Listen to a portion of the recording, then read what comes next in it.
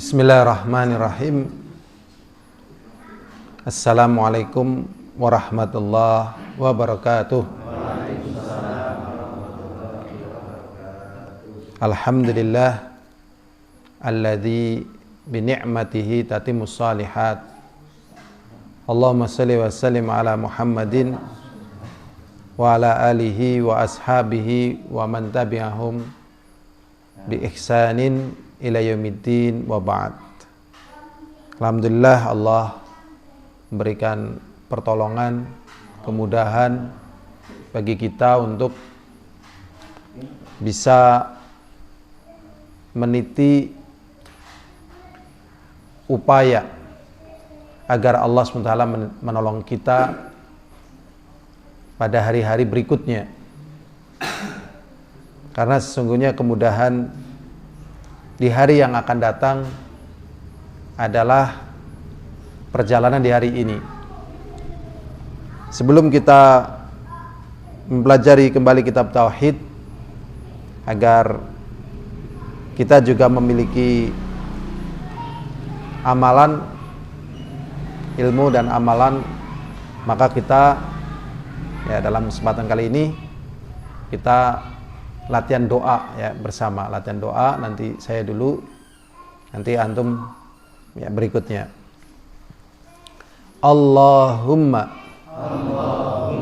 inni as'aluka afwa wal afiyah fi dini wad dunya wa ahli wa mali. Kita ulangi lagi. Allahumma inni as'aluka afwa wal afiyah fi dini wad dunya wa ahli wa mali. Sudah hafal semua nggih Tuhan niki? Napa? Doa. Oh, sebenarnya itu sih doa umum sih, cuman kadang dipakai di pagi petang. Itu ada di panduan haji dan umroh yang dari Saudi itu, yang terjemahan. Itu. Jadi dikumpulkan doa-doa yang makbul, pilihan, di situ dicantumkan semuanya. Kita tinggal baca, tinggal ngapalkan. Ada juga doa-doa yang semuanya dari Al-Quran. Gitu. Tapi pas pembagiannya ada yang berupa selebaran kayak gitu, ada yang berupa sudah dimasukkan ke dalam kitab. Tapi semuanya dari Al-Quran. Nah, itu ada dari Saudi waktu pas 2017 kita ke sana. Ya. Jadi doanya Allahumma inni as'alukal afwa wal afiyah, ya Allah, sesungguhnya aku memohon kepada Engkau kemaafan dan keafiahan. Yang pertama pada agama, fi dini wa dunya, pada perkara dunia, wa ahli, keluarga, dan juga pada harta. Ini. Kemudian kita lanjutkan, Allahummastur aurati wa amin rawati. Ya, kita kemudian berdoa pada Allah, Allahummastur aurati, ya Allah, tutupilah auratku. Aurat itu artinya kalau ketahuan malu, kejelekan ya. Jadi kalau orang tahu malu. Dan setiap kita punya aurat ya, di samping aurat tubuh kita juga aurat perbuatan yang kita yang tahu dan Allah, orang lain tidak tahu. Ya Allah, tutupilah auratku. Wa amin rawati, dan berikanlah rasa aman pada takutku. Wa amin rawati, berikanlah rasa aman pada rasa takutku. Jadi setiap manusia sering dihantui dengan rasa takut. Ya, rasa takut apa saja? Takut masa tua gitu ya. Atau takut nanti kalau masuk ke dalam liang lahat, atau takut ditinggal anak misalnya, nanti anaknya semuanya bubar gitu. Atau takut ditinggal santri, atau takut tinggal pengikut, ditinggal rakyatnya, pendukungnya. Itu manusia ngalami seperti itu ya. Karena sejatinya manusia itu aslinya lemah. Sekuat apapun seorang penguasa, kalau pengikutnya itu meninggalkannya, maka dia tidak lebih dari sosok manusia biasa yang lemah begitu. Dia kuat karena banyak pendukung, tapi tatkala pendukungnya meninggalkannya, ya maka dia menjadi lemah. Ya, kita berlindung kepada Allah dari rasa takut, ya, supaya kita selamat. Jadi Allahumma astur aurati wa amin rawati. Kemudian berikutnya Allahumma hfadzni min baini yadayya wa min khalfi wa min yamini wa min shimali. Allahumma inni a'udzubika an ughtala min tahti. Jadi doanya, ya Allah, jagalah aku dari depanku. Ya Allah, jagalah aku dari samping kananku. Ya Allah, jagalah aku dari samping kiriku. Dan sesungguhnya aku berlindung kepada Engkau dari digulingkan dari arah bawah. Jadi manusia ada yang digulingkan bukan dari kanan, bukan dari kiri, bukan dari depan, tapi dari arah bawah. Ya, dan itu mengerikan, ya, mengerikan, dan itu tercatat dalam kehidupan, ya. Seorang pengusaha digulingkan oleh karyawannya, seorang penguasa sama rakyatnya, orang tua digulingkan sama anaknya atau sama istrinya. Waliyadzubillah. Ya, kita berlindung kepada Allah digulingkan dari arah bawah. Ini doanya udah hafal semua nggih? Napa diulangi malih nggih, mboten napa-napa nggih? Nggih. Ulangi malih sareng-sareng nggih. Allahumma inni as'aluka afwa wal afiyah fi dini wad dunya wa ahli wa mali. Cobi sarang-sarang piambekan. Allahumma inni as'alukal afwa wal afiyah fi dini wad dunya wa ahli wa mali. Dah. Sekarang berikutnya Allahumma astur aurati wa amin rawati. Ya, sendiri bareng-bareng. Allahumma astur aurati wa amin rawati. Ya. Allahumma hfadzni min baini yadayya wa min khalfi wa min yamini wa min shimali. Lagi bareng-bareng sendiri. Allahumma hfadzni min baini yadayya wa min khalfi wa min yamini wa min shimali. Allahumma inni a'udzubika an ughtala min tahti. Ya, jadi kalau kita amati dalam sejarah, ya, sejarah dunia, perjalanan manusia yang ada di dunia ini, gulingnya itu, hancurnya itu dengan sesuatu yang kadang nggak masuk akal, di luar perhitungan, tapi itu terjadi.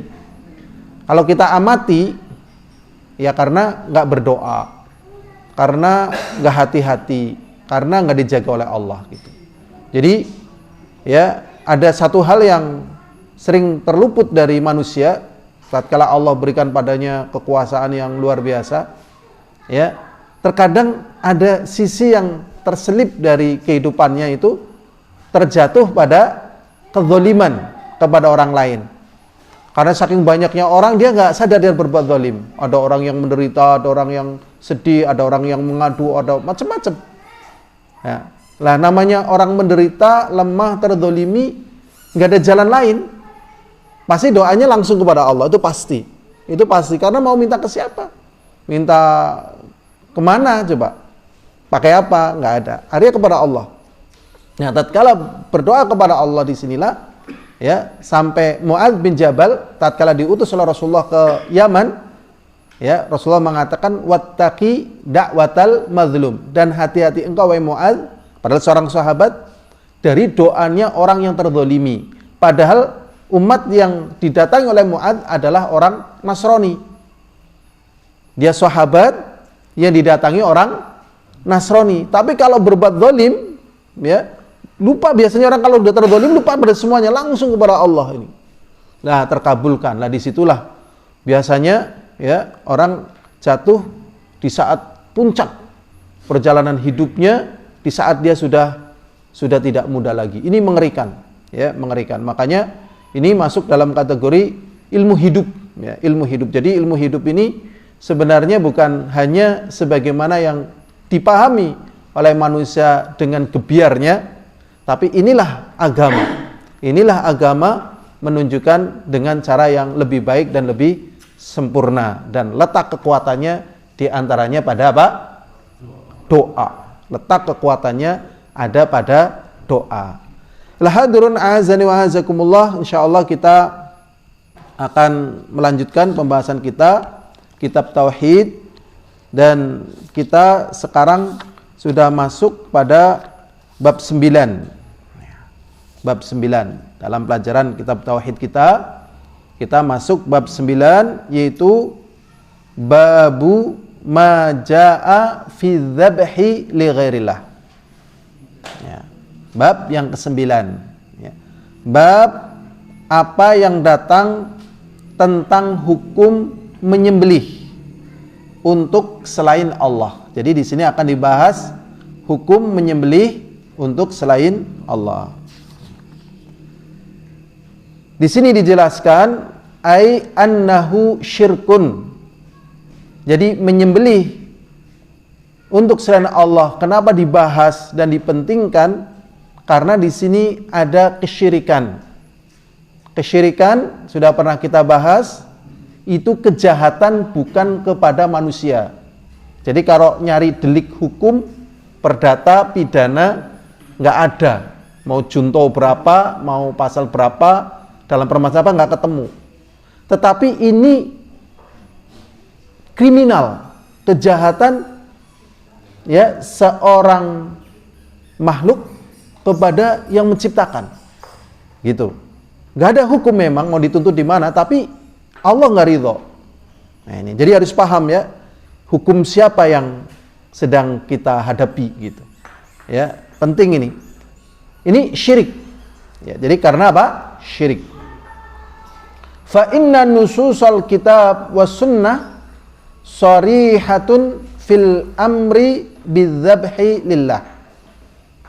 Karena teks-teks nusus itu artinya teks, tulisan-tulisan. Ya. Karena teks-teks, ya, dari Al-Quran dan dari Al-Hadis jelas dan gamblang tentang perintah menyembelih itu hanya untuk Allah. Wa ikhlasu dzalika liwajhih, dan ikhlas menyembelih itu untuk wajah Allah SWT. Kama hiya sharihatun bidzalika fis shalah, sebagaimana perintah salat itu juga hanya untuk Allah Subhanahu wa taala. Faqad qaranallahu dzabha, sungguh Allah SWT telah menggandengkan menyembelih bis shalah dengan shalah, ya, perkara menyembelih dengan perkara shalah fi iddati mawadhi'a min kitabih, di sekian tempat dari Al-Quran. Jadi salat kemudian apa? Menyembelih. Jadi menyembelih ini perkara yang besar secara syariat, yang tidak akan terdetik oleh manusia. Ya, jadi kalau misalnya nyembelih tengu, ya, nyembelih apa? Tengu, tetapi ya untuk selain Allah, ya, maka ini masuk dalam kategori syirik besar. Begitu. Lah terus ngerti nyembelih tengu sih kepriwe? Ya nyembelih bae, ora ganggu mateni gitu. Tapi kowe dening nyembelih tengu mau ngapa? Nggo danyange ya sing tunggu simbau reksa. Lah ini sudah apa? Syirik. Danyang tesi tepang ya Pak Kasmin. Danyang. Akrab nggih danyang. Tapi ada yang nggak tahu danyang loh. Ada itu, tapi orang-orang itu tahu. Sudah. Jadi kalau melakukan itu nggak boleh. Berikutnya hadir azani wa azakumullah. Fa idza thabata, dan apabila telah betul-betul ada, thabata itu artinya ya sabit kokoh, tapi maksudnya betul-betul ada. Anna dzabha, sesungguhnya menyembelih, lillah, untuk Allah, ajalul ibadat, termasuk ibadah yang paling mulia, wa akbaru ta'at, dan ketaatan yang paling besar. Fadzabhu li ghairillahi syirkun, maka menyembelih untuk selain Allah syirik. Ya, memang kadang kita kan manusia sekarang ya, kadang ingin melakukan pendekatan penalaran. Ya, melakukan pendekatan apa? Penalaran. Jadi menyembelih itu tadi sudah sebagian diketahui ibadah yang paling agung. Sehingga kalau diberikan kepada selain Allah adalah syirik. Lah, dening, nah ini kadang nalar kita, dening gedene mung nyembelih tengu be. Nah, kalau di dalam hadis laler. Ya, karena laler semua orang tahu. Kalau tengu mungkin wong Indonesia. Aku urung tahu krungu ana wong kenang tengu wong Arab urung tahu. Wong Indonesia paling zaman gemien. Basicnya jarang ya, si jarang. Ini cerita masa lalu pas urung ana flu burung ya. Kena tengu gitu. Sekarang ini maksudnya yang paling kecil.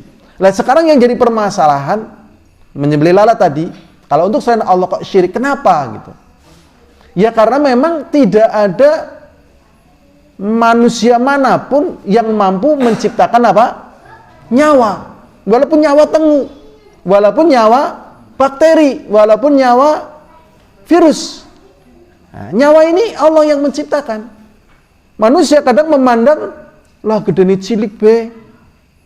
Nah, gedene cilik be apa sih? Lemut, gedene cilik be apa sih? Gitu. Loh, cilik ini ada nyawanya loh. Dan nyawa ini perkara yang besar. Karena kehebatan manusia ternyata belum mampu menciptakan nyamuk. Ya, nyamuk ya kan? Belum ada robot nyamuk, belum ada. Dan robot yang ada pun tidak hidup gitu. Tidak ada. Berarti ini perkara besar. Ini makhluknya Allah, yang menciptakan Allah, dan tidak ada yang bisa menciptakan kecuali Allah. Tidak ada. Kenapa kamu sembelih bukan untuk Allah? Ini namanya pelecehan. Pelecehan besar kepada Allah gitu. Masuk pasal di situ. Tapi pasalnya pasal dari sisi Allah, dan berlaku bagi orang beriman dan bertakwa. Bagi orang beriman bertakwa Allah. Gedene KPP bodoh-bodoh dewek-dewek. Ya wis ora apa-apa dewek-dewek. Tapi yang penang akhirat juga dewek. Gitu berlaku, Masya Allah. Kita lanjutkan saja. Ya, ini pendekatan penalaran. Ya, pendekatan penalaran betapa ya jahatnya kesyirikan walaupun nampak perkara yang sangat sepele. Maka memalingkan kepada selain Allah adalah syirik besar. Mukhriju anil millatil Islam. Mukhriju an dairatil Islam. Mengeluarkan dari lingkaran keislaman, bayangkan. Ya, keluar loh, bayangkan. Ngeri sekali. Ya, ngeri sekali. Mulane jan lo gedene anu nyogi ingkung nang sawah be ya kan. Kadang kan sekarang jarang yang ngasih ingkung ya. Degan ya, nah, degan beda dengan sembelihan. Sembelihan itu yang paling parah. Jangan sampai sembelihan ya, bahaya. Kalau itu tadi juga ya syirik juga karena sesajian ya, tapi ini lebih besar lagi syiriknya, sembelihan.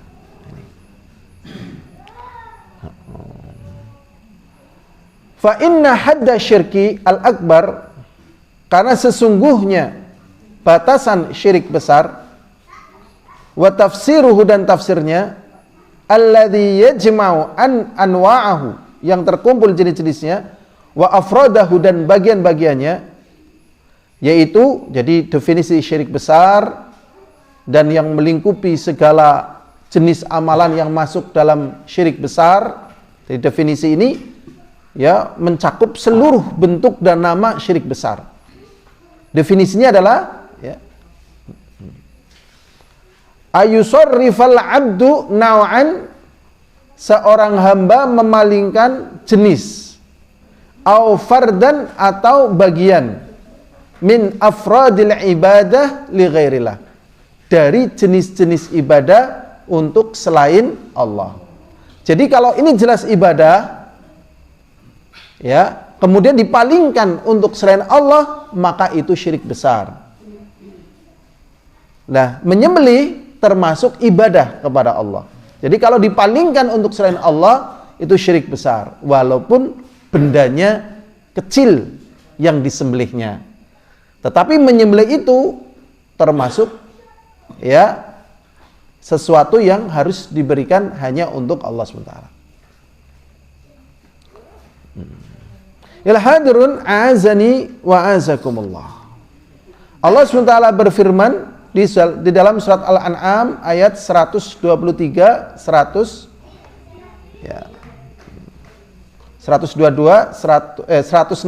sampai 163. Ayatnya semuanya sudah hafal semuanya. Yaitu Allah SWT berfirman, "Qul," katakan Nabi, "Inna sholati wa nusuki wa mahyaya wa mamati lillahi rabbil alamin." Katakanlah wahai Nabi, sesungguhnya salatku, wa nusuki, dan sembelihanku. Jadi tatkala seseorang salat, jangan untuk yang lainnya, karena terkadang salat niatnya macam-macam, ya. Makanya salat duha udah untuk Allah gitu, ya. Kan biasanya salat duha mensugih gitu. Mensugih salat duha. Jadi ikhlas karena Allah SWT gitu. Jadi kalau memang dengan sebab duha kaya, ya alhamdulillah. Kalau misalnya wis salat duha dening tesi kalah sugih, malah sing ora tau salat duha kayak pejabat bank ora tau salat duha besugih, ya. Lah itu nggak ngaruh. Memang tujuannya untuk Allah SWT. Gitu. Sering salat duha atau nanti salat hajat misalnya, ya kan? Aku wis salat hajat deneng saweh urung ketuku misalnya. Udah, pokoknya kalau salat udah untuk Allah SWT. Begitu, ya. Memang ada hikmah-hikmahnya, ada permasalahan, tapi jangan itu menjadi tujuan. Ya, jangan itu menjadi apa? Tujuan. Makanya ada satu bab, babu minasyirki amalud dunya, ya, amalul akhirah biniyati dunya. Termasuk dari syirik, amalan akhirat tujuannya adalah apa? Dunia, salat, dan seterusnya. Salat mensuki gitu. Jangan ya. Jadi salatku. Demikian juga wanusuki, dan sembelihanku. Ya, dan sembelihanku, wa mahyaya, dan hidupku, wa mamati, dan matiku. Makanya hati-hati sekali ini, ya. Terutama anak sekolah, ya kan? Anak sekolah SD, SMP, SMA, ya. TK mungkin urung pati, ya. SMP, SD mulai mandan mengenal cinta, ya kan? SMP wis mandan kental, ya. Lah kadang berkata yang masuk dalam kategori syirik, ya.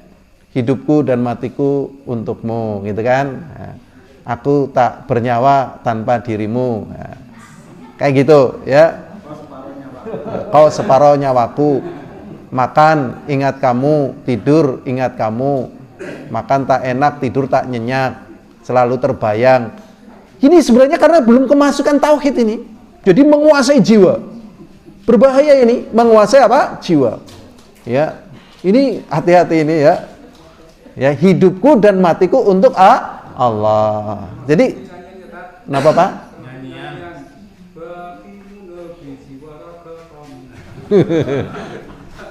Ini saya juga teliti masalah itu, Pak. Ini maksudnya apa nanti dibahas pada bab berikutnya, ya. Ini juga sensitif secara hukum. Tetapi ini maksudnya zahirnya ini kayaknya bukan sumpah. Ya, maksudnya ya nantilah di bab berikutnya, ya. Ini pembahasannya harus lebih detail gitu. Ya, masalah nanti pada ranahnya. Jadi hati-hati sekali. Jadi negeri, istri, anak, pekerjaan, ya, Dalam masalah ini dibangun di atas kecintaan kita kepada Allah. Negeri kita cinta, kita bela, kita doakan karena Allah.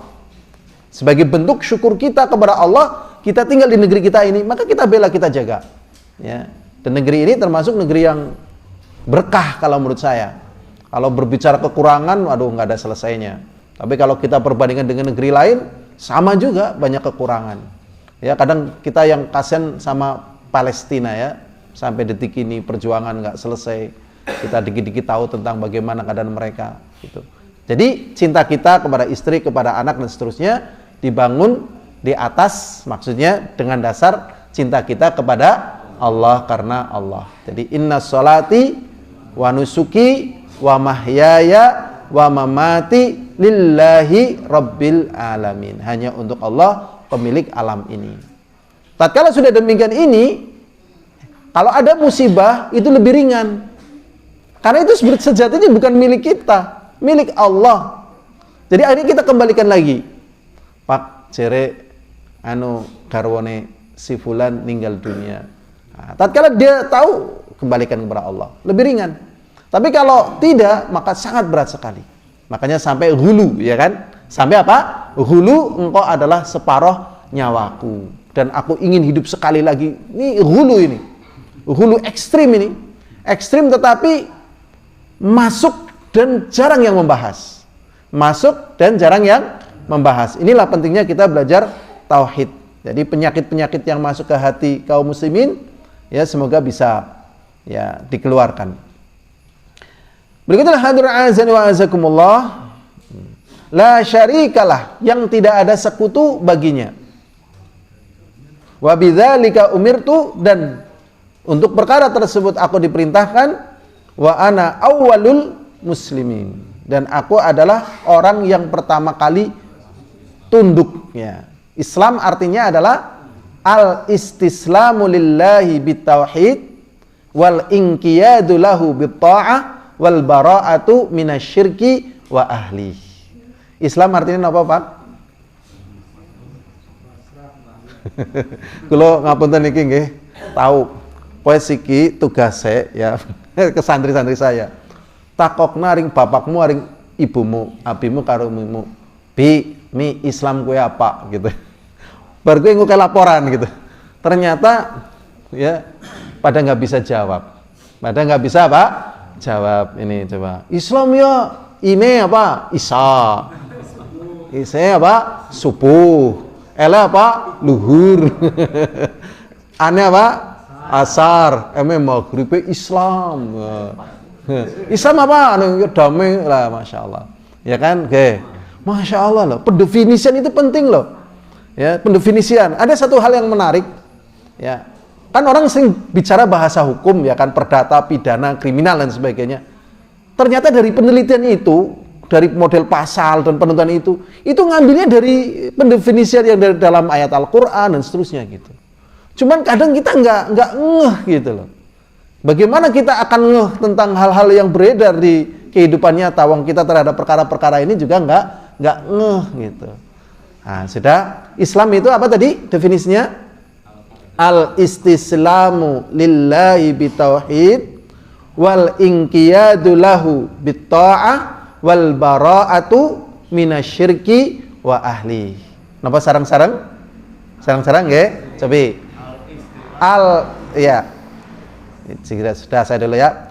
Al-istislamu lillahi bitauhid wal inqiyadu lahu bitta'ah wal bara'atu minasyirki wa ahli.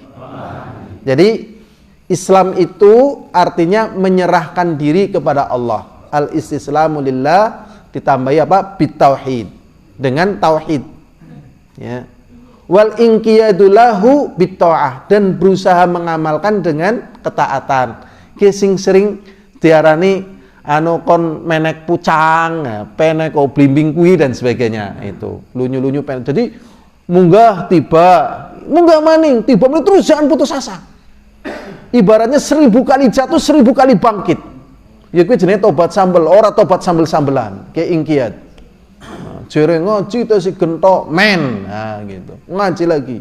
Jere ngaji tes men, ngaji lagi. Jangan peduli. Jadi terus kayak gitu. Itu namanya apa? Al-ingkiat. Dan ingkiat itu ya capek. Capek. Jadi wallahualam itu dari mana filosofinya ya? Digambarnya kayak jeri munggah pucang itu. Kan melorot munggah maning, melorot munggah maning terus gitu. Atau menek wit blimbing gitu. Memang kayak gitu itu kenyataan orang beragama seperti itu dan memang capek. Tapi capeknya di dunia, istirahatnya besok di akhirat. Nggak mau capek di dunia, jangan teriak-teriak pingin istirahat kalau sudah di akhirat. Yang udah diblebekkan ke neraka, tok kenanyong, blebekna terus. Istirahat sudah blebekna terus gitu loh. Jadi capeknya di dunia adalah istirahatnya di akhirat. Jadi nggak apa-apa. Justru kalau di dunia nggak capek, curiga. Jangan-jangan gitu. Curiga, ya. Kudu kesel gitu loh. Ya, makanya para ulama mengatakan ad-dunya darut ta'ab wal imtihan. Dunia itu tempatnya capek dan ujian. Ini namanya tadi apa? Al-inqiyad. Jadi jatuh 1000 kali naik lagi, mau 1.000.000 kali naik lagi. Pokoknya jangan ada istilah capek sebelum di surga. Tuh. Makanya ada kisah itu ya yang terkenal yang disebut dengan hadis pitokoh, hadis kartu. Jadi ada orang ya punya kartu, punya catatan kesalahan itu 99 lembar. Ada orang punya catatan kesalahan 99 lembar. Kalau satu lembar digelar sejauh mata memandang. Jumlahnya apa? 99. Digelar sejauh mata memandang. Wah, ya, banyak sekali tentunya. Akhirnya dia putus asa. Dan dia merasa tidak mungkin untuk masuk surga. Kemudian dikeluarkan satu kartu yang bertuliskan dengan kalimat La ilaha illallah. Kemudian 99 catatan kesalahan tadi dalam satu mata timbangan. Kemudian satu kalimat la ilallah dalam satu timbangan. Ditimbang ternyata masih berat kalimat la ilallah. Nah ini. Jadi intinya di sini al-inqiyad. Al-inqiyadu lahu bita'ah. Berikutnya wal bara'atu, dan berlepas diri minasyirki wa ahli, dari syirik dan ahli syirik. Oh, ngajine kaya kuwe ora gelem srawung, aku benere dewek. Jawabnya gimana? Sebenarnya manusia itu sama saja. Wong sing ngaji syirik kok ngaji tauhid ora gelem kok. Dan lebih enggak mau yang syirik daripada yang tauhid. Iya, karena yang tauhid itu dari zaman dulu sedikit. Manusia itu sama saja. Yang jadi perhatian manusia itu dia pada posisi mana gitu. Kalau dia pada posisi tauhid aman. Diarani kepala batu ya men, diarani orang gaul ya men. Ya, men, tapi tetap kita jalankan pada perkara yang boleh. Berbakti sama orang tua, ya taat walaupun musyrik, ya, maksudnya taat pada perkara yang tidak syirik, tidak membantah, berbuat baik, nyambung tali silaturahmi. Begitu, nggak apa-apa selagi boleh. Adapun yang sudah tidak boleh, ya jangan. Tetap berbuat baik. Karena ini bukan hubungan manusia dengan manusia, tetapi sudah hubungan kita dengan Allah. Mbok sekali-kali kowe loh melu ngene nyembelih pitik kok prapatane iki menajana setane gitu. Kalau sudah seperti ini bagaimana? Moh gue kan aku bener dhewe kan. Apa yang kita jawab? Men. Ya kan aku bener dhewe kan, barang ngaji beda. Jawabe kepriwe? Men. Wong kowe bae iya. Jajal kowe aja kaya kowe gelem ora gelem. Weh ngaku bener dhewe kan. Pada bae janjane. Sama gitu. Gimana? Oh nyembelih karo bismillah gitu ya. Tapi nggak nyembelih bismillah aja nggo prapatan. Kayak lho. Iya. Seperti misalnya aku oleh nyembelih bae nganggo bismillah tapi nggo berhala gitu. Aku nyembelih kalau bismillah nggo danyange gitu. Kan gitu, ya kan? Kan artinya bismillah sudah nggak kanggo di situ. Ya. Wong orang juga tahu apa artinya cinta, ya kan? Kalau hanya di bibir saja, itulah begitu. Mudah kan? Nah, ini nggak kanggo di bibir saja itu. Kita lanjutkan.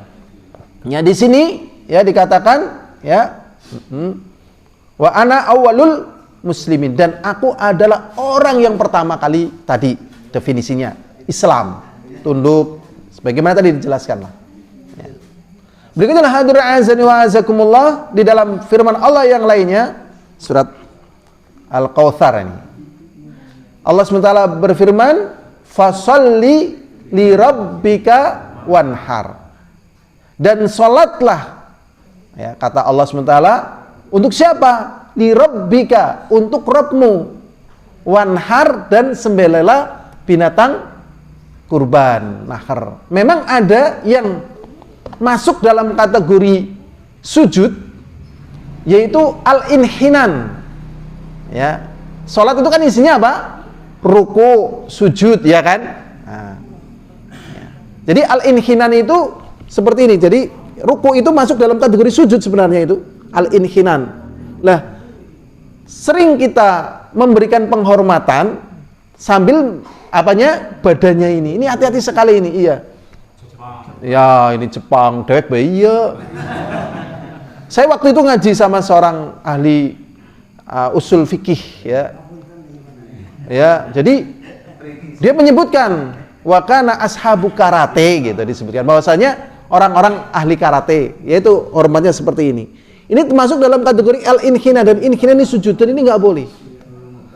Nah, ini makanya Masya Allah, jadi ketakwaan seseorang kepada Allah menjadikan wibawa, ya. Jadi makanya tatkala Abu Sufyan masuk ke kerajaannya Heraklius, coba bayangkan, kan orang munduk-munduk, ya kan, ya kan, nggak tegar. Kenapa dia tidak munduk-munduk? Karena diperintahkan oleh Allah. Sejatinya walaupun ada yang namanya adab-adab, tata krama ada, tetapi secara umum manusia dengan manusia derajatnya apa? Sama. Kepala ini untuk Allah, untuk sujud. Lah, kalau untuk manusia nggak boleh. Bahkan Rasulullah SAW mengatakan, jikalau aku adalah orang yang memerintahkan manusia untuk sujud kepada manusia, la amartu al-mar'ah, aku sungguh akan perintahkan istri antas juda li zaujiha, untuk sujud kepada suaminya. Dene ngono gemien zamane Nabi Yusuf uli sujud. Nah, ini kepriwe? Kalau memang itu betul manusia sujud kepada manusia, itu syariat Nabi Yusuf, dan syariat Nabi Yusuf sudah dimansuhkan dengan syariat kita, gitu. Makanya ada yang namanya syara'u lana dan syara'u man qablana. Jadi syariat kita yang dari syariat dari Nabi kita Muhammad SAW, dan syara'u man qablana itu syariat sebelum Nabi kita. Nah, syariat sebelum Nabi kita tatkala mau menjadi syariat kita itu harus dengan rekomendasi Rasulullah. Tatkala tidak direkomendasi Rasulullah, maka menjadi syara'u man qablana, syariat umat terdahulu. Pernah satu ketika Umar bin Khattab menemukan Taurat. Wahai Umar, apa yang kamu baca? Taurat. Wahai Umar, jikalau Musa ada, dia lebih berhak untuk mengikuti syariatku, begitu. Jadi syariat terdahulu kalau tidak ditakrir dengan syariat Rasulullah, tetap menjadi syariatnya siapa? Umat terdahulu. Nah, syariat terdahulu yang ditakrir dengan Rasulullah menjadi syariatnya Rasulullah. Nah, syariat Rasulullah SAW mengatakan, jikalau aku adalah orang yang memerintahkan manusia sujud kepada manusia, aku akan perintahkan wanita sujud kepada suami. Masya Allah. Ini menunjukkan betapa tingginya kedudukan suami itu. Tapi biasanya garis pengantin lawas, gitu ya. Kedudukan suami mandan mudun, ketabrak mumet. Nah, ini perlu dibangun lagi. Jangan mumet ya, wahai para istri, jangan mumet. Kiai tidak boleh ya. Pripun? Cium tangan kepada. Memang gini, ini ada permasalahan cium tangan adat kita. Ya, kalau adatnya orang Arab, Yaman, Saudi itu kan jidat loh. Gitu. Jadi rasa cinta kepada tokoh, kiai, ustadz dan sebagainya itu cium jidatnya. Tapi di tempat kita coba, misalnya di sini ada siapa, tiba-tiba saya datang, ke saya coba. Misalnya siapa gitu ya. Ya kan malah nggak sopan ya kan? Nah, nggak sopan. Lah kalau di sana dicium tangan mesti diminta. Lah terus bagaimana permasalahan ini? Ya. Kalau memang nyiumnya diangkat, jadi kalau terpaksa nyium diangkat aja. Jangan Nah, ini kan ini tangannya jangan kayak gini. Tangannya si yang mau kita cium angkat. Jadi kepala kita tetap tidak turun, tangannya yang naik gitu. Gitu. Jadi caranya kayak gitu. Karena ini yang nggak boleh cium tangan sebagai penghormatan. Kalau orang Yaman kadang ya kayak gini. Salaman kayak gini ya. Nah, jadi tangan kita ditarik kanan. Terus ini tarik lagi. Gitu loh. Terus kadang terus sana terus sininya terus gitu loh. Kayak gitu. Adat. Kadang juga ya kan.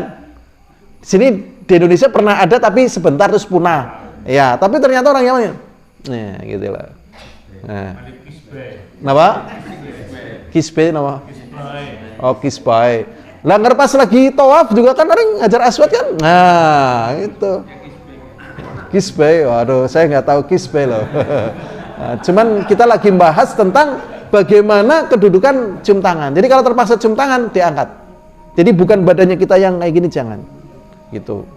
Tapi ini tidak berlaku di Timur Tengah. Karena Timur Tengah nyiumnya apa? Jidat gitu. Jadi kalau misalnya lagi tengkar luar biasa, laki sama laki tengkar luar biasa mau berantem, bagaimana cara mengakhiri supaya tidak berantem? Pegang aja kepalanya.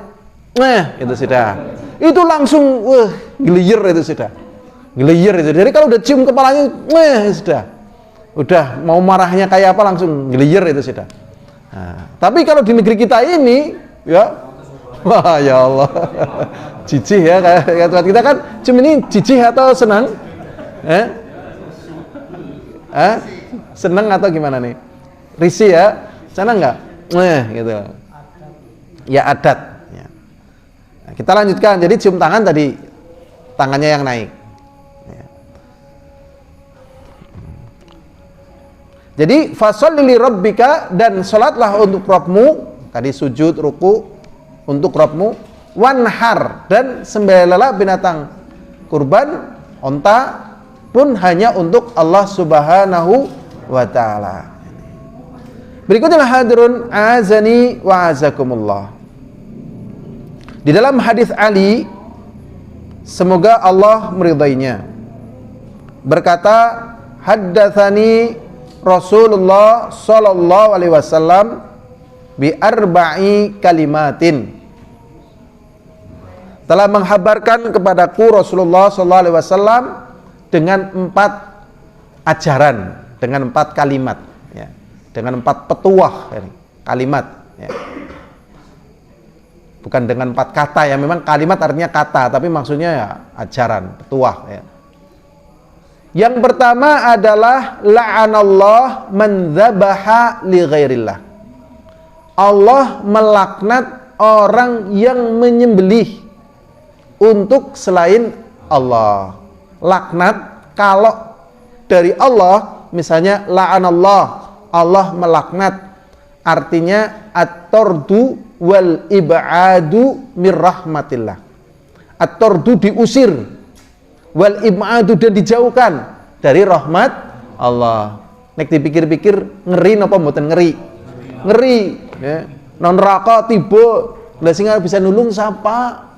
Nggih mboten? Kan mung Allah tok lho. Tiba-tiba ketiban watu segede mimbar loh, ya kan? Ana watu semejid ge misalnya, keton. Kira-kira ndase pripun ketiban watu semejid niki lho, watu atos lho. Iya. Kan yang bisa nolong cuma Allah, rahmat Allah gitu loh. Ya kan? Hanya rahmat Allah gitu. Inilah kekuatan orang-orang yang beriman yang disebut dengan karomah gitu. Ya kan, bayangannya tadi api kan mati kan, Nabi Ibrahim belum melebung geni kan mati, tapi nyatanya enggak. Kalau para nabi namanya mukjizat. Nek jenane napa katok kolor niki nggih, nek pedhot mudhun mengisor napa mengdhuwur? Napa wonten sing pedhot mengdhuwur? Lah Imam Ahmad karomah niku pedhote celana kolore mengdhuwur. Ya Allah, nek niki leres saking panjenengan Al-Quran kalamullah, ampun mudun, mau turun naik lagi, sudah. Itu namanya apa? Karomah niku, ya kan? Lah nek wis dilaknat oleh Allah SWT, didohna kang rahmate Allah, diusir, terus arep njaluk tulung karo sapa? Lah niku medeni kan? Medeni, ya. Rasulullah SAW mengatakan, la'anallah man dzabaha li ghairillah. Allah melaknat orang yang menyembelih untuk selain Allah. Berikutnya, la'anallah man la'ana walidayhi. Allah melaknat orang yang melaknat kedua orang tuanya. Pertanyaannya, apakah ada anak yang melaknat orang tuanya? Napa onten anu lare sing laknat yang sepae? Onten apa mboten? Onten Pak Suwahyan apa nggih? Onten. Pak Lukman ada enggak Pak Lukman? nek menurut enyo kayane ora ana lho. Lah, masalahnya lho ngene cobi perhatikan. Anak bocah cilik nggih, bapak ireng, deteng, elek, mungkin malah ora pati waras, nggih. Bocah cilik niki ring bapaknya seneng apa mboten seneng? Seneng. Niki fitrah, bocahnya seneng. Lah, tetapi kenapa di sini terjadi Allah Subhanahu wa taala melaknat kepada anak yang melaknat kedua orang tuanya? Ini gimana ini kok terjadi? Lah, ini terjadi ternyata anu lagi wadan-wadanan. Lagi bully. Nah, lagi apa? Bully. Anak ketek. Ya, kok anak ketek ya kan? Zaman gemien koek anak ketek. Oh iya apa anak terus gitu. Ya, saling wadan-wadanan dengan menjatuhkan orang tua masing-masing. Tatkala dia menjatuhkan orang tua dari temannya tadi, itu sama saja dia melaknat orang tuanya sendiri. Kenapa tatkala dia menjatuhkan orang tua temannya tadi sama saja melaknat orang tuanya sendiri? Karena temannya ini tidak akan membiarkan. Tidak ada orang yang terima kalau orang tuanya dijatuhkan, mesti tambah balas tambah, dan seterusnya. Tapi kan ada itu tak? Apa? Orang tuanya dilaporkan. Nggih. Ya kita tadi berbicara secara aghlabudzon. Kalau adanya kayaknya sih ada, iya, adanya ada. Lah kalau misalnya tadi sekarang berbicara tentang ada anak melaporkan orang tuanya pada kasus waris kalau nggak salah ya. Iya. Apakah ini sama saja melaknat? Zahirnya sih enggak. Cuman ini termasuk kufur nikmat dan kejahatan. Kalau melaknat kan tadi, kayak gitu tadilah dicontohkan ya. Menjatuhkan kayak gitu. Itu dilaknat oleh Allah SWT. Makanya hati-hati dari menjatuhkan nama orang tua orang lain. Hati-hati. Jangan disentuh ini. Karena orang itu akan marah gitu. Makanya ada satu hal yang penting diperhatikan. Orang tua kita kalau dicela kita marah. Ada yang lebih baik daripada orang tua kita. Kalau dicela kadang nggak marah, sebagian kaum muslimin nggak marah. Ini bahaya ini. Yaitu siapa? Para sahabat Nabi. Jadi orang beriman kalau ada sahabat Nabi dijatuhkan itu harus lebih marah. Kenapa? Para sahabat Nabi lebih mulia daripada orang tua kita. Kalau orang tua kita dijatuhkan kita marah, masa sahabat Nabi dijatuhkan kita kemudian tidak membelanya? Nggak boleh. Jadi yang kedua, la'anallah man la'ana walidayhi. Allah melaknat kepada orang yang melaknat kedua orang tuanya. Makanya hati-hati ya, jangan sampai melaknat. Tapi kadang gatel gitu ya. Masya Allah. Ya saya pernah dengar sendiri, weh Badui gitu loh. Terus orang Yaman balas, weh keturunan Hindu gitu. Lah ini kan berbahaya sekali. Ya ada orang Indonesia bilang ke Yaman orang apa? Badui zaman jahiliyah kan, zaman Rasulullah dulu jahiliyah. Nah saya balas, keturunan orang Hindu. Kita kan dulu moyang kita apa? Hindu. Wah, ini berbahaya, ini hati-hati nih. Ya, hati-hati. Ya, ini bisa menyeret kepada hal-hal yang berbahaya. Ya. La'anallah man la'ana walidayhi, la'anallah man awa muhditsan. Allah SWT melaknat orang yang melindungi. Di sini ada dua riwayat bacaan. Muhditsan, orang yang berbuat bid'ah, dan muhdatsan, orang yang berbuat jahat. Jadi para pelindung berbuat jahat dilaknat oleh Allah. Ini, Masya Allah ya, ini ngeri ya, melindungi orang yang jahat.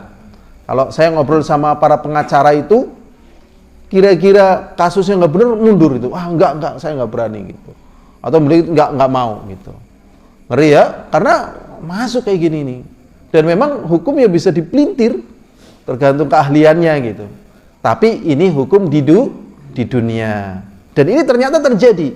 Dan dia kena laknat oleh Allah. Dilaknat orang yang melindungi baik yang berbuat jahat ataupun berbuat bid'ah. La'anallah man ghayyara manalar ardi. Dan Allah melaknat orang yang merubah patok tanah. Jadi patok wates tanah itu ya digeser. Ada dua cara. Yang pertama diajukan, ya kan? Yang kedua apa? Diundurkan. Ya, tanah kan begini, ya kan? Tanah kotak seperti ini. Ya, kalau misalnya biar nambah diajukan sini, ya kan? Tambah. Ini di sini kan diundurkan, ya kan? Jika nambah. Tambah mundur sih. Ini tambah maju, ini tambah apa? Mundur. Gitu. Itu dilaknat oleh Allah SWT.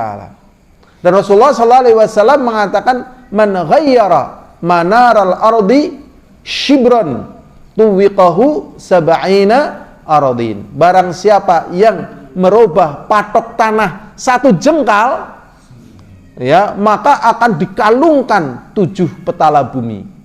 Dan manusia itu memang dipikir-pikir rakus, ya, bukan kepalang, ya. Rakusnya bukan apa? Kepalang. Galengan kan mau mbak, ya kan? Ya kan, masya Allah. Apa? Ditamping sini ya Allah. Terus kayak gitu, geser dan sebagainya, ya Allah. Ini memang ya kita mohon kepada Allah lah, dijauhkan dari hal yang demikian ini, ya.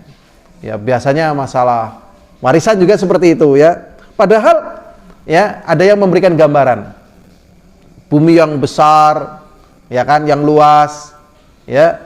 Tatkala kita naik pesawat, ya kan, naik ke atas, ternyata lama-lama jangankan tempat itu, buminya aja nggak kelihatan, kecil itu. Jadi bumi yang kita anggap besar sebenarnya kecil. Sehingga tatkala kita nggak sadar seperti ini, sering berebut hal yang kecil. Sementara rahmat Allah itu lebih luas dan lebih apa? Banyak. Berarti di sini orang yang ya merubah patok tanah menunjukkan dia tidak beriman dan tidak bertakwa kepada Allah. Juga menunjukkan dia itu zalim kepada saudaranya. Dan di sini menunjukkan juga dia itu tidak syukur terhadap nikmat Allah. Dan di sini juga menunjukkan dia juga apa? Rakus. Jadi bukan hanya sekedar kejahatan mengambil sejengkal tanah, tapi ada kejahatan-kejahatan lain di balik ya kejahatan dia mengambil sejengkal tanah. Ini tidak ridho dengan qada dan qadar Allah, tidak mengakui hak kepemilikan, ada rakus, ada kejahatan, ada kezaliman. Jadi dulu ada seorang sahabat ya dituduh nyuri tanah. Dituduh apa? Nyuri tanah. Akhirnya dipanggil di pengadilan. Ya, dipanggil pengadilan. Ya, katanya kamu mencuri tanah ya, menggeser patok tanah. Ya. Katanya sumur itu bukan milikmu, ya, tapi miliknya. Akhirnya dia menyampaikan, bagaimana mungkin saya akan mengambil hak yang bukan milik saya, sementara saya mendengar hadis Rasulullah SAW, ya, man ghayyara manaral ardi shibran tuwiqahu sab'ina aradin. Barang siapa yang merubah patok tanah satu jengkal saja, maka akan dikalungkan 7 petala bumi, 7 lapis bumi dikalungkan padanya. Lah akhirnya ya namanya dituduh kan orang enak ya sedih. Akhirnya dia berdoa kepada Allah, ya Allah, janganlah kau matikan dia kecuali dia dalam keadaan buta, ya, dalam keadaan hina. Akhirnya dia orang ini perempuan yang melakukan kejahatan ini dikasih umur panjang oleh Allah sampai akhirnya buta dan akhirnya dia nyemplung ke sumur yang buat sengketa tadi. Waliyadzu billah. Ini termasuk perkara yang diajarkan oleh Rasulullah dari perkara yang terlaknat. Yang pertama adalah menyembelih untuk selain Allah. Yang kedua apa? Melaknat kedua orang tua. Bentuknya tadi wadan-wadanan tadi ya. Gitu. Melaknat normal-normal kayaknya ya orang Allah, tetap sedih lah. Karena wong tua sedih loh. Itu sudah fitrah. Ada hubungan namanya fitrah tadi, ya. Orang tua. Jadi watan-watan tadi. Yang kedua, ya. Yang ketiga, melindungi orang yang jahat atau ahlul bid'ah, ya. Melindungi. Dan orang jahat itu kenapa tetap eksis? Karena memang ada yang melindungi gitu. Dan kadang orang lebih suka melindungi orang jahat daripada orang baik. Kenapa? Coba. Biar orang baik orang ada duitnya sih, ya kan? Umumnya orang apik kan orang ada duitnya, ya kan? Dilindungi orang ada duitnya lah, Jan. Ya kan? Nek jahat duitnya akeh gitu. Nah ini, di samping manusia kadang ya kayak gitu. Di sini laknat nggak boleh. Kemudian ya yang keempat, Allah melaknat orang yang merubah patok tanah. Ya. Kemudian pembahasan yang terakhir ini hadis tentang masalah lalat. Ya, lalat, tetapi waktunya habis. Jadi singkat pembahasan tentang hukum menyembelih untuk selain Allah, karena ini termasuk perbuatan syirik, dan perbuatan syirik itu perbuatan jahat kepada Allah. Tidak dilihat dari sisi kecilnya binatang yang disembelih untuk selain Allah, tetapi tidak ada di antara makhluk Allah yang mampu menciptakan nyawa. Ya, sehingga yang berhak untuk menghilangkan nyawa ya Allah. Boleh menghilangkan nyawa ya yang memang dihalalkan untuk dihilangkan nyawanya, tetapi karena Allah. Nyembelih ayam ya untuk Allah, begitu. Ayam nyembelih apa untuk Allah. Nah untuk keluarga gimana? Ya kan bismillah. Keluarga kan juga amal soleh karena Allah, begitu. Lalu nyambut tamu bagaimana? Ya sama, kan memuliakan tamu, bismillah, memuliakan tamunya karena apa? Allah, begitu. Ini saja yang bisa kita pelajari, nggih. Ini ketika kita sudah masuk terjebak kepada kedzaliman seseorang, ternyata di Quran surah An-Nisa 148, A'udzubillahi minasyaitonir rajim, la yuhibbullahul jahra bisu'i Ya. minal qawli ila man dzulima. Kan Allah tidak menyukai perkataan yang jelek kecuali orang yang terzalimi. Ya. Kemudian di breakdown ke Quran surah Al-Ahzab ini ayatnya 58. Ini hampir sama dengan sana. A'udzubillahi walladzina yudunal mu'minina wal mu'minat bihuri maktasabu faqad ihtamalu buhtanan islam mubina. Nggih. Itu ini hampir sama kan? Nggih. Ketika yaitu orang-orang yang berbuat zalim kepada orang-orang mukmin laki-laki maupun perempuan bihuri maktasabu. Berarti kan ada perkara yang tidak dia kerjakan. Iya, maksudnya tidak ada kesalahan lah ya. Tidak ada kesalahan. Faqad ihtamalu buhtanan islam mubina.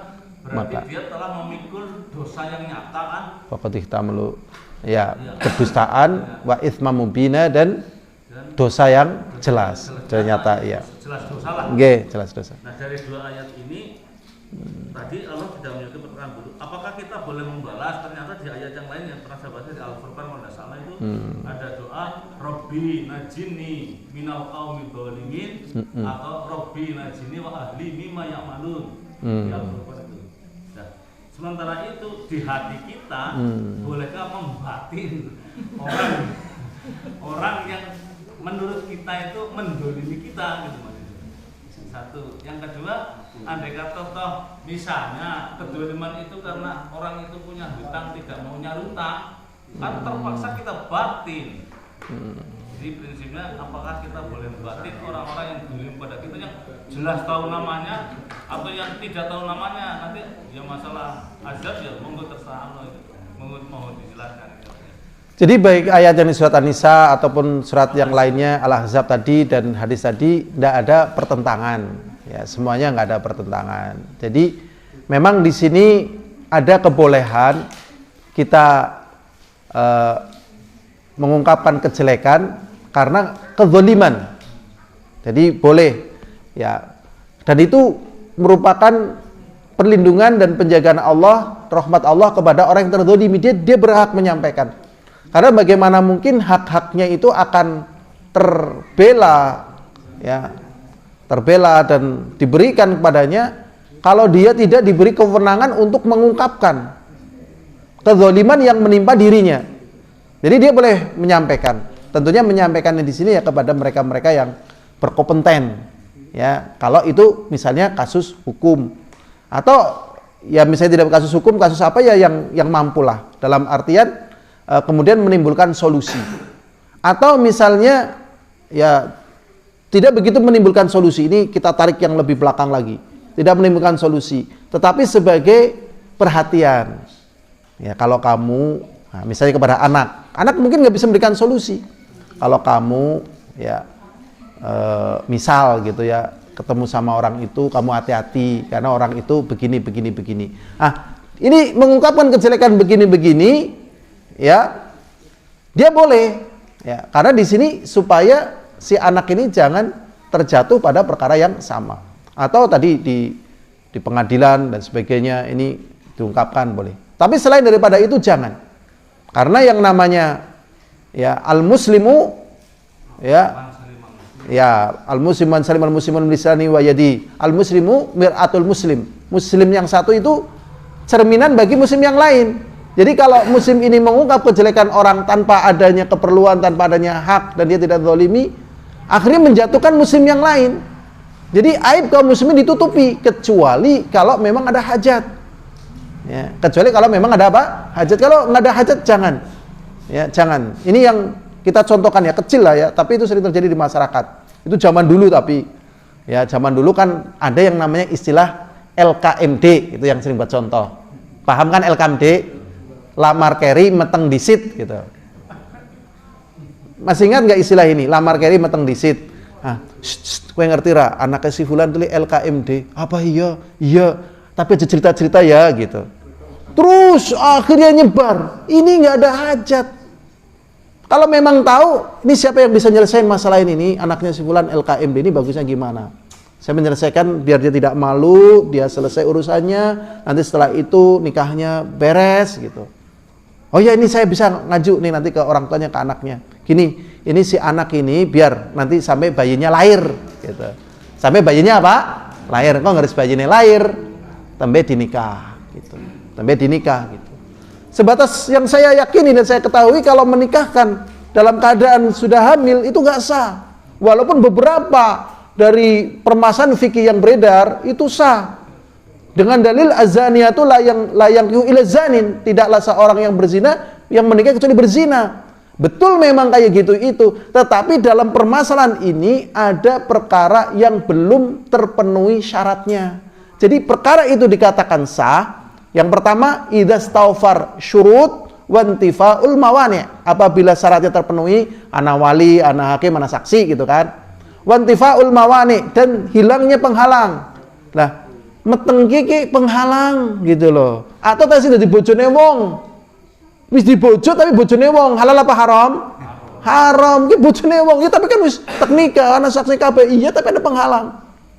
Wis dinikah, ternyata maaf, ini di dalam pernikahan itu ada yang namanya aib finikah, uyub finikah. Sudah dinikah, ternyata ya kan kalau di bab fikih ada yang namanya baros, ada yang namanya inin. Baros itu budik. Ada yang namanya inin itu impoten, ada yang namanya rotek. Rotek itu artinya perempuan tapi kelaminnya rapat gitu. Nah, ini kan tidak terjadi daripada apa? Niat daripada pernikahan. Maka ini termasuk daripada apa? Mawani. Nah, tatkala ada mawani, maka tidak sah. Jadi pendapat yang saya pegang dan saya kuat, kalau ada seperti itu ya biarkan sampai hamil, sampai apa? Melahirkan, setelah melahirkan baru dinikah. Lah kalau misalnya lah bisa bojokna bae lah, nggak tutup. Ya, nanti kalau sudah lahir, akdun min jadid. Ya, akad baru. Akdun min jadid. Nah, akdun jadid caranya kayak tadi nggak usah harus rame-rame gitu. Diulangi lagi akadnya gitu. Lah, ini kalau menjumpai kasus semacam itu tidak disebar karena ini menyebar aib kaum muslimin, tapi diselesaikan permasalahannya. Nah, tetapi kalau dia terzalimi tadi boleh mengungkapkan karena dalam rangka terbelanya hak dia, satu, yang kedua orang yang berzalim juga jadi tertahan dari kezalimannya, yang ketiga tidak ada orang lain yang terkena kezaliman yang sama. Jadi pembahasan di dalam ayat tadi atau hadits tadi tidak ada yang bertentangan. Ini saja yang bisa kita sampaikan, semoga ada manfaatnya. Wallahu a'lam bishawab. Assalamualaikum warahmatullahi wabarakatuh.